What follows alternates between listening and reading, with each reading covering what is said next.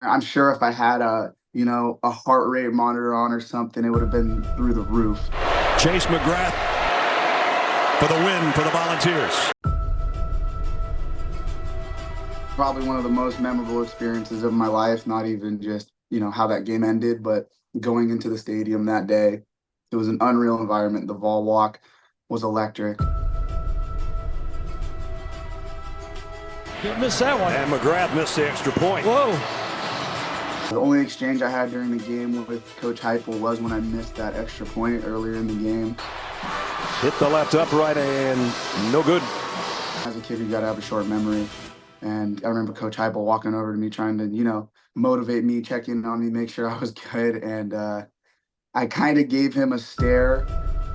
That is not usually what I would give to my head coach, especially Coach Hype, because I love him and enjoyed playing for him. But it was kind of like, dude, get away from me. I'm fine. You don't need to come talk to me. He kind of walked up to me. I was like, "You're good?" I was like, "I'm good." And he's like, "Okay." I don't know what he was going to say to me, but he ended up not saying anything because he could tell I was mentally, I was all right.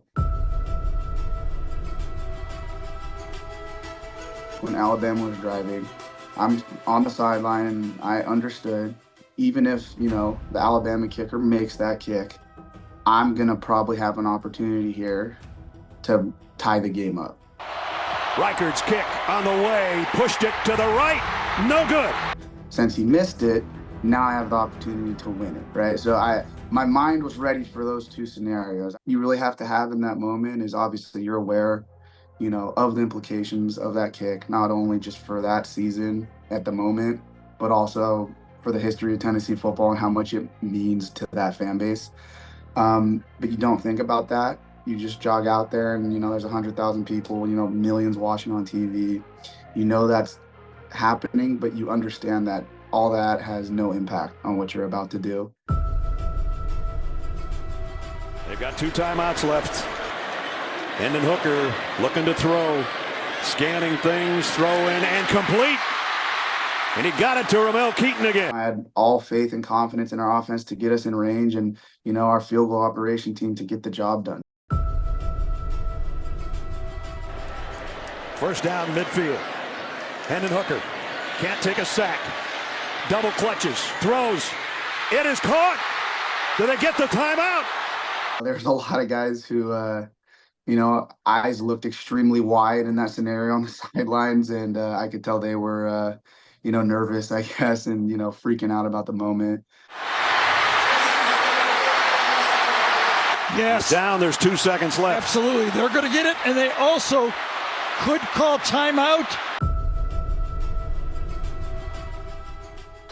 And the timeout taken by Josh Heupel. During that time period, I try to isolate myself a little bit, but they did call the whole field goal team over, and Coach Hype was in there, Coach Eckler was in there, and they were just all excited, all happy. I mean, that coaching staff is the most positive coaching staff I ever played for in my entire life, and it was so fun to play for them, and I really appreciate them. But yeah, I mean, called me over real quick. They knew I liked to kind of do my own thing, but called me over real quick in between those timeouts, and it was just excited. Like, how great is this? Like, we're about to beat Alabama. Like, you're gonna make it. It was positive reinforcement. It was almost like everybody had so much confidence, and we all knew this was our moment, including the coaching staff.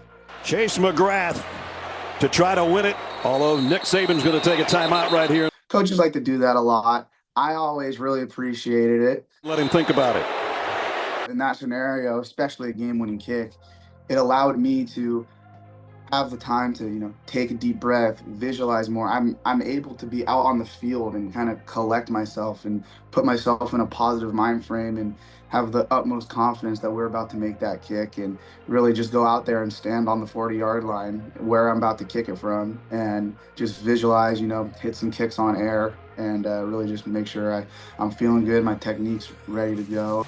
The most anticipated game in these parts in 3 decades, and it's come down to 2 seconds. The crazy thing about that field goal operation in particular is, for whatever reason, I started way faster than I normally would. There's a lot of Alabama fans that like to claim I false started, which is not the case. I started right on time with the ball, but it caused our operation time to be 1.05 seconds, and that is extremely fast. 9 times out of 10, the ball's probably not going to be down in time for me to kick that. From 40. We're usually at 1.25 seconds. That's our usual operation time we're shooting for. So we basically got the kickoff in a second flat. So it was unreal, but all the stars kind of aligned for that moment because not only were we moving extremely fast on our operation time and really efficient with it. I mean, 40, I think it was 47 on Bama. He jumped it perfectly too and was right up the middle. He was basically in my face as I kicked it. The state of Tennessee. And thankfully, I wasn't looking, so I couldn't tell. I was just focused on the ball. And I hit a clean ball, and he got 2 fingers on it. On the way, a knuckleball. If our operation time was a hair slower, and if we weren't moving the way I needed to move, he might have got more than just 2 fingers on it. So, I mean, that just comes down to, Maddie and Paxton. I have full confidence in them, and I enjoyed my time playing with them, and they are extremely talented at what they do. And we had the chemistry down, and I knew the ball was going to be there when I got there. Will attempt a field goal that could give Tennessee the victory. Well, I didn't allow myself to get emotional during it. Paxton Brooks to hold. Chase McGrath for the win for the Volunteers. But once I realized it went through and we won, it was unreal. Tennessee wins.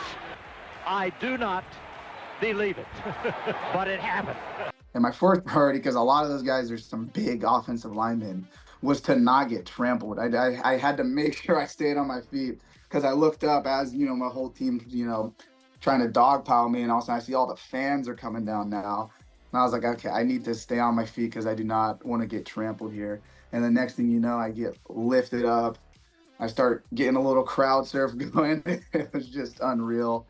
Everybody starts pulling their cigars out and, I see I'm riding on the crowd and the goalposts come down and then I get dropped down. It's actually funny when I come, off the crowd surf or whatever people lifted me up to do. The first 3 people I see are Valus, Daniel Bebe, who I was talking about outside my net, and Trey Johnson. 3 guys who I was with at USC who are the first 3 people I see when I get dropped down into the crazy environment. And they just happened to be there, and they did like a little security escort with me through the crowd because we were trying to go find the family section so we could see our families. Another look at the game's final play.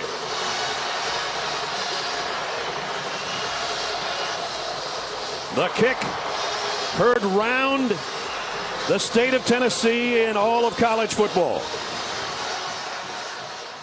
I'm with my family, and it's actually funny at the end of the game.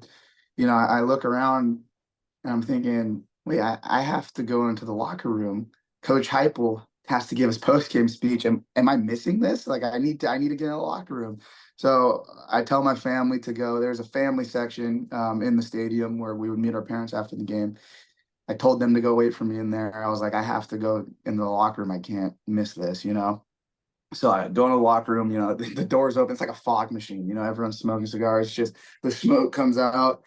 And it's just a party in there. There's probably like 600 people. And I'm like, okay. I immediately go right back to the family, waiting area. And I grab my parents. They're the only family. They're the only people in there. You already know you're the man. You already know you're the man. Here we go, Chase. It was cool. I mean, there's Peyton Manning was there, like Alvin Kamara. I mean, everybody was in there. It was just so much fun. I mean, I've never had an experience like that ever. I mean, I remember my post-game presser because it was just so crazy for me during that time in the locker room. Everybody's talking, we're all celebrating, taking pictures, we're smoking cigars, and all of a sudden it's just like, Chase, you gotta go do the post-game press conference. The media people grab me. I'm like, oh my gosh, and I'm just like in my full pads because it was just a fun time. And so I walk into the post-game presser, and it's just I'm the only one in my pads still. Everybody else, got ready. 52-49. Tennessee is still undefeated. It's something I'll never forget. Great moments with my family, great moments with some really close friends, and some guys that I'll be very close with for the rest of my life. I'm extremely thankful for everybody who played a part in that. And, that moment really strengthened a lot of relationships, I had in that program. And very thankful. Tennessee is, it's a second home to me now. Every time I get to go back there, I just love it.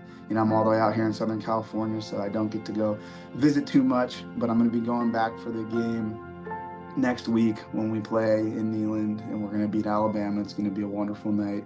And yeah, I mean, just unreal.